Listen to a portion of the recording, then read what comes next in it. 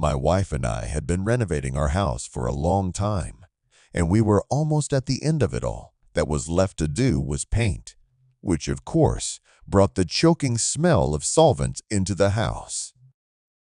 To avoid the fumes, we decided to spend the night at my wife's parents' house since they lived only 5 minutes away. My relationship with her family had always been a bit strained, especially with my stepfather, who had a tendency to drink too much and become delusional. My mother-in-law had no children with him, which was always a sore subject, and their marriage seemed to lack harmony. My wife, Rebecca, was at work that day, leaving me to finish the renovations. After finishing everything, I left the windows open to air the place out and went to my in-laws' house. We had planned for Rebecca to join us by 6 o'clock that evening, but I didn't want to listen to my mother-in-law lecture alone. When I got to the apartment, my mother-in-law, Helen, was in the kitchen sharing a bottle of wine with Diane, her fifth-floor neighbor. It was obvious that they had been drinking for quite some time. Diane soon bowed out, saying she had to go home to meet her husband after work, and it was just Helen and me in the apartment. Her husband, Paul, was away on business in another city and wouldn't be back until a day later. "Why don't we have a drink together while Rebecca is still at work?" said Helen, pulling another bottle of wine out of the fridge. After all the stress of the renovation, it seemed like a good idea, and I agreed. We had a couple drinks each, and Helen didn't immediately become, well, strange. She was oblivious to her appearance, sitting comfortably at the table, her hair a little disheveled, her blouse slightly unbuttoned.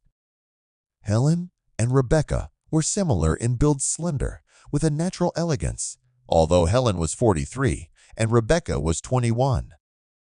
Watching her, I couldn't help but notice how attractive Helen was, a thought that hadn't occurred to me before.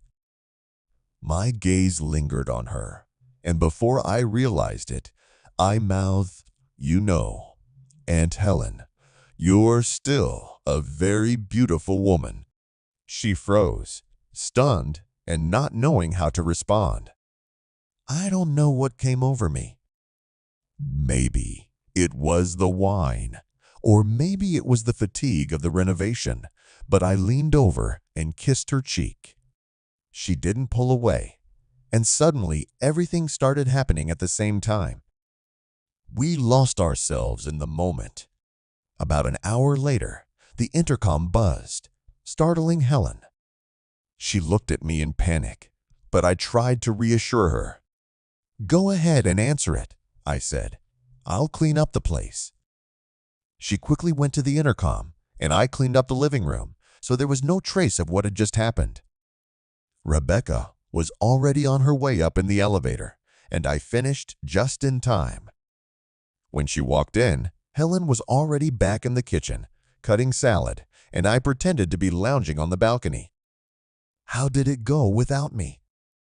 asked Rebecca, clearly tired.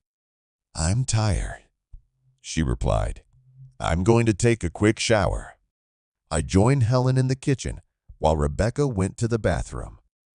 Helen tried to act like nothing had happened, but I couldn't resist winking at her. She blushed and quickly looked away. When Rebecca came out of the bathroom, we all sat down to dinner, had a couple more drinks, and then went to bed.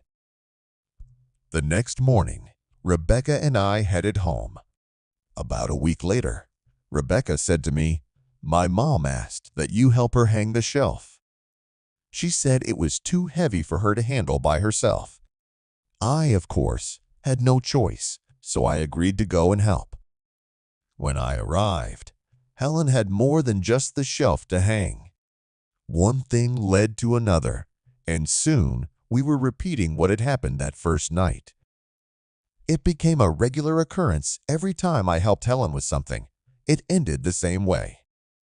9 months later, just a couple days apart, both Rebecca and Helen gave birth to boys. The babies were remarkably similar to each other, which made Paul proud of his new heir. Everyone was happy, and no one suspected anything except Helen and me. We knew the truth, and that secret bonded us in a way that neither of us could ever explain.